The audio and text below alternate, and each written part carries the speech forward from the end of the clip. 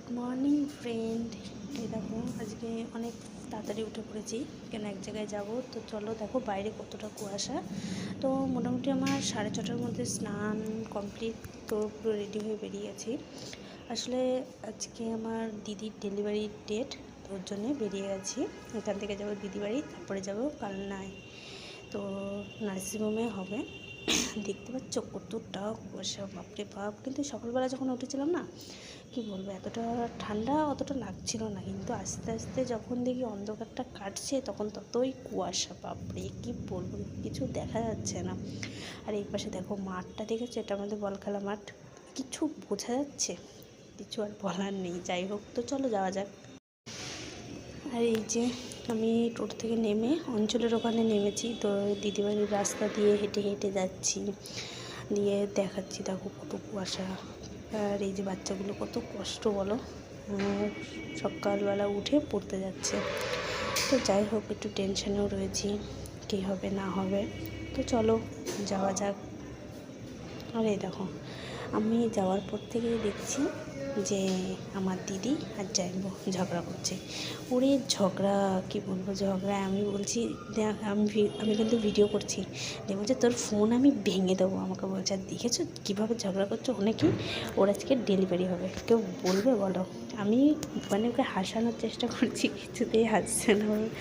আমার সাথে ঝগড়া করেই যাচ্ছে। দেখো আমরা স্টেশনে, সমুদ্রগড় স্টেশনে চলে এসেছি, তবুও কিন্তু ঝগড়া করছে। ঝগড়া মানে একদম বন্ধ যাবে না। তো আমার দিদি জাইবুর মধ্যে এই যে জিনিসটা না আমার খুব ভালো লাগে। কেন এই যে ঝগড়া করে, আবার দুজনের মানে প্রচুর টান, যেটা বলে বোঝাতে পারবো না। সবার মানে সব স্বামী স্ত্রীর মধ্যে এই জিনিসটা থাকে না। তো যাই হোক, এই যে আমার মুখটা একটু দেখিয়ে দিলাম। মানে মনে হয় কি ভিডিওর মধ্যে নিজেকে নিজেই মিস করি, কে মিস করবে আমি জানি না। মনে হয় কি মাঝে মধ্যে একটু আমার ফেসটা না দেখাতে পারলে ভালো লাগে না। তো আমরা এখানে এখনও মানে পাশ দিয়ে নামছি, কী আর করবো। ভাবছি যে ট্রেন কখন ঢুকবে। তারপরে বেশিক্ষণ দাঁড়াতে হয়নি, মোটামুটি 2 থেকে 3 মিনিট দাঁড়িয়েছি, তারপরেই কিন্তু ট্রেন ঢুকে গেছে। মানে একদম ঠিকঠাক টাইমে চলে এসেছি। আর বলছি না একটু টেনশনে রয়েছে, কিন্তু দেখো দুজনে ঝগড়া করছে, কিন্তু দুজনের মুখে কত স্মাইল। আর সবচেয়ে বড় কথা হচ্ছে জানো, বাবু এখন মোটে বাড়িতে থাকতে চায়। বাবু এখন আমাকে ছেড়ে একদমই থাকতে পারে না। মানে কি বলবো, ছোটোবেলায় যাওয়া বা থাকতো, এখন প্রচুর আমাকে মিস করে। আমিও বাবুকে খুব মিস করি। তো এখন আমি এই যে ভিডিওটা এডিট করছি, এটা রাত্রেবেলা। আর মানে কি বলবো, ও কান্নাকাটি করছে, আমার বোন ফোন করছে, কিন্তু কিছু করার নেই। আজকের দিনটায় ভাবছি কালকে চলে যাবো বাবুর কাছে। তো আজকে প্রথম দিন, তো ওর জন্য ভাবছি যে না একটু কষ্ট করে বলছি রাখতে, কিন্তু কান্না করেই যাচ্ছে। দেখা যাক কী হয়। তো যাই হোক, দেখো ট্রেন চলে এসছে, তো আমরা ট্রেনে উঠে পড়েছি। কি বলবো, এত কান্না করছে না, আমারও ভালো লাগছে না। মায়ের মন তোমরা তো বোঝোই, যারা মা তারা তো বুঝতেই পারো কতটা খারাপ লাগে। তো আমার দিদিরও খারাপ লাগছে, কিন্তু কিছু করার তো নেই, এখানে কেউ নেই। এবার আমাকে তো থাকতেই হবে, কখন কি লাগে না লাগে। প্রথম দিন একটু বুঝতেও, যতই আয়া মাসিরা থাকুক না কেন, ওরা যথেষ্ট করে, তবুও বাড়ির লোক থাকলে একটু আমার দিদিও মানে ভরসা পাবে, সাপোর্ট পাবে। আমার মা যদি থাকতো, আমার তো এসব টেনশন ছিল না, কারোরই টেনশন ছিল না। তো যাই হোক, কেয়ার করা যাবে। তো কালকে চলে যাব। কালকে যেতে যেতে তবুও আমার 4টের সময় বেরোবো, মানে হ্যাঁ 4টের সময় বেরোবো। 4টে কি 5টা, যাই হোক কটার সময় ট্রেন আমি জানি না।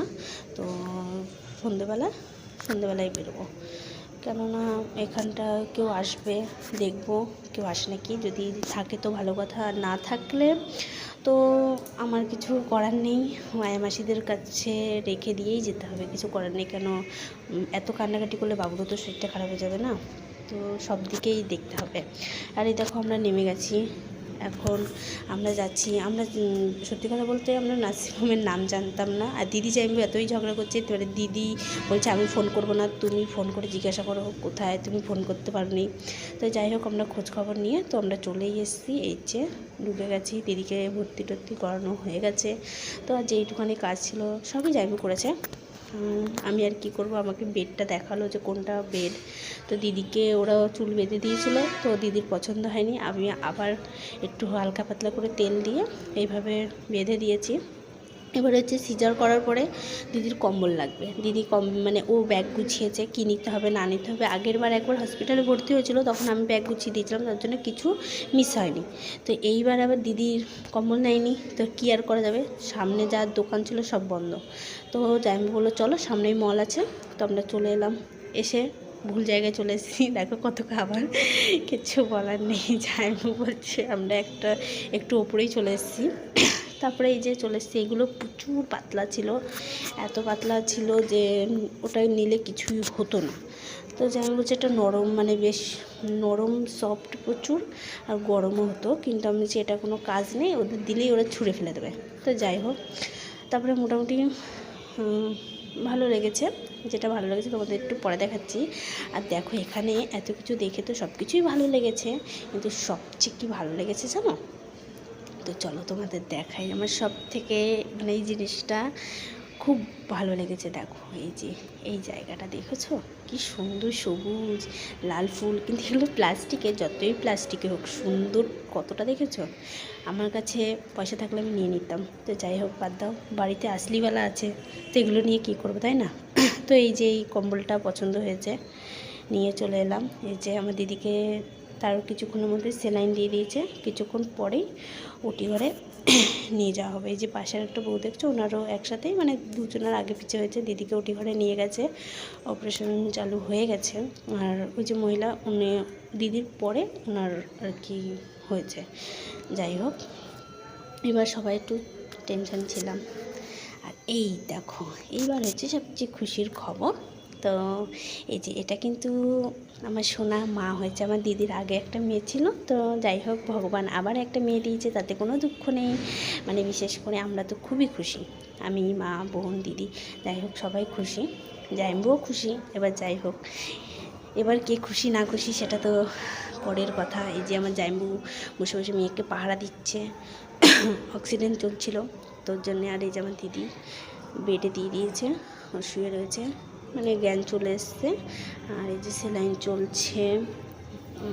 আমি ওখানে বসেছিলাম সিঁড়ির ওখানটা, কি করব, আসলে বাবুর জন্য মনটা খারাপ লাগছিল। তো মাঝে মধ্যেই দেখাচ্ছে, দেখো আমার ছোট্ট একটা মা, সত্যি ভগবান যেন ভালো রাখুক। তো যাই হোক, এই যে সারাদিন সকাল থেকে কি করলাম এই পর্যন্ত তোমাদের দেখালাম। ভিডিওটা ভালো লাগলে অবশ্যই লাইক করো, কমেন্ট করো, শেয়ার করো। টাটা।